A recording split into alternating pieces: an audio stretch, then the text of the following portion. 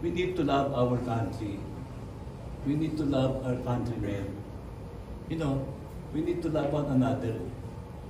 Kung may extra pera kayo, tulungan niyo mahirap. Kung may extra, tulungan. Kung may time kayo, tulungan ng gobyerno.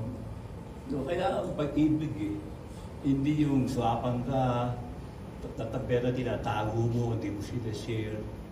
Yun lang, we need love Ang naman sa atin kasi parang gusto natin maging swapang atin na lahat. Kung meron ko ng 3 sapatos, di pa tama na yun kaysa sa 5 sapatos pa. Diba? Sometimes, you have to realize hindi naman tayo mayaman na country. So, we have to save. We have to save para yung pera na punta ng bangko, magkano sa development. Kung puro tayo bibili ng mga imported na mga kung ano-ano, we have to understand na yung ating mahihirap na tao na mabubuli na sa isang sapatos na maganda. Diba? Isang maganda na Hermes na bag na worth $50,000 mga ganon. So I thought na we need love.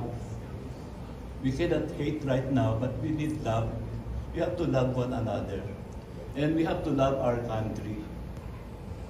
Kasi kung puro tayo kwentuhan ng kwentuhan, hindi tayo nagmamahal sa ating kapwa Pilipino, we don't love our country, wala yung mangyayari sa atin.